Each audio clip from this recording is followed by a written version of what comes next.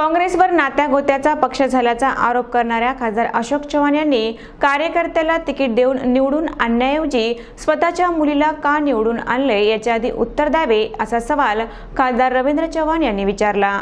कार्यकर्त्याला ticket देऊन निवडून आणण्याऐवजी स्वतःच्या मुलीला का निवडून आणले याच्या आधी उत्तर द्यावे असा सवाल खासदार रवींद्र चव्हाण यांनी विचारला।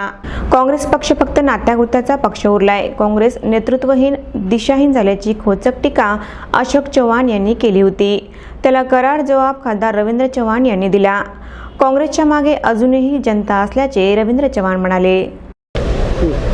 राज्यातील काँग्रेस जी आहे ती नात्यागोत्यांचा पक्ष राहिला आहे, नेतृत्वहीन झाली आहे अशी टीका खासदार अशोक चव्हाणांनी केली। काय उत्तर आहे? खरं तर हा प्रश्न त्यांनाच उपस्थित केला पाहिजे की राज्यातली काँग्रेस नात्यागोत्याची राहिलेली असं ते म्हणतायत, पण त्यांच्या जर घरात बघितलं ते स्वतः खासदार आहेत।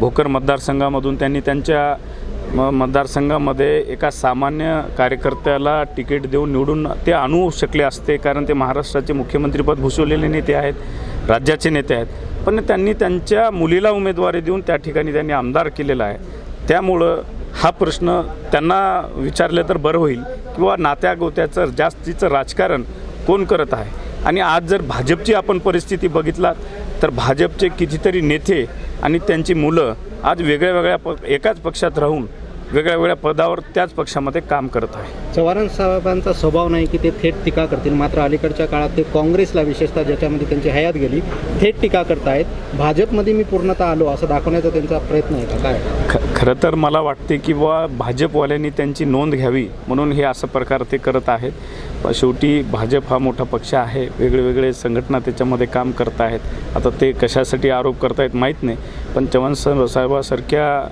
विचारशील नेत्यांनी असं आरोप करणं काँग्रेसवर हे चुकीचं आहे असं मला वाटतं। काँग्रेस दिशाहीन झालं असंही त्यांना वाटतं? निश्चितच तशी दिशाहीन काँग्रेस वगैरे काही नाही। मला पूर्ण विश्वास आहे की येणाऱ्या काळात आपण सर्वजण बघाल महाविकास आघाडी आणि काँग्रेस यामध्ये नांदेड जिल्ह्यामध्ये निश्चितच अग्रेसर या ठिकाणी ठरेल असं या ठिकाणी। महापालिका जिल्हा परिषद निवडणुका जवळ आलेल्या आहेत। अशोक चव्हाणांनी घोषणा केली की एक हाती आम्ही सगळीकडे सत्ता आणू, काँग्रेस कसं डिफेंड करणार? आता खरं तर हे त्यांचा महायुतीमधल्या अंतर्गत खूप प्रश्न आहेत। जो तो स्वबळावरचा नारा देतो आहे। आता स्वबळावरचा नारा राज्यामध्ये सत्तेमध्ये ते एक आहेत आणि जिल्ह्यामध्ये प्रत्येकजण स्वबळाचा नारा देत आहे, पण या ठिकाणी आपण जर बघू शकतात आजही नांदेड जिल्ह्यातला सामान्य कार्यकर्ता सामान्य लोक हे काँग्रेसशी जोडलेले आहेत। कारण आज त्यांना कळून चुकलेलं आहे की आज मागच्या 6-7 महिन्यामध्ये हे राज्य सरकार या ठिकाणी सत्तेवर आलेलं आहे आणि 6-7 महिन्यामध्ये एकही नवीन योजना एकही नवा पैसा या ठिकाणी कोणत्याही विकास कामाला आपल्याला दिसत नाही आहे। आज बघा कितीतरी विकास कामं आज तसेच्या तसे पेंडिंग पडलेले आहेत। जलजीवनच्या असेल योजना असेल त्याच्यामध्ये पैसे नाही आहेत। PWDला साधे खड्डे दुरुस्ती करायला या ठिकाणी पैसे उपलब्ध नाही आहेत। याच्यापेक्षा आपण काय बोलणार? त्याच्यामुळं असे सरकार जर या ठेवणी सत्तेवर येत असेल तर सगळ्या लोकांना माहीत होऊन गेले की हे एकत्र कशामुळे आलेले आहेत। त्याच्यामुळं लोकांचा विश्वास आजही काँग्रेसवर आहे। 26 तारखेला खरगे साहेब येणारच नाही। आज 26 ऑगस्टला कैलासवासी बळवंतरावजी चव्हाण व त्याचबरोबर स्वर्गीय खासदार वसंतरावजी चव्हाण यांचा पूर्णाकृती पुतळा नायगाव येथे उभारण्याचा आयोजन आहे। 26 ऑगस्टला स्वर्गीय वसंतरावजी चव्हाण साहेब यांची पहिली पुण्यतिथी आहे।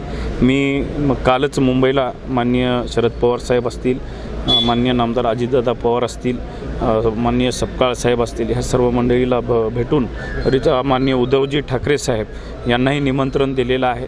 आणि माननीय राहुलजी गांधी हे बाहेर देशात गेले होते, ते आल्यानंतर या 2-4 दिवसामध्ये दिल्लीला जाऊन त्यांनाही रीतसर निमंत्रण या ठिकाणी देणार आहे। आणि त्याचबरोबर जिल्ह्यातील सर्व सन्माननीय लोकप्रतिनिधी यांनाही या ठिकाणी निमंत्रण करणार। जिल्हाध्यक्ष पदाच्या निवडीचं भिजत घोंगडं काय अंतर्गत वादामुळे निवड होत नाही?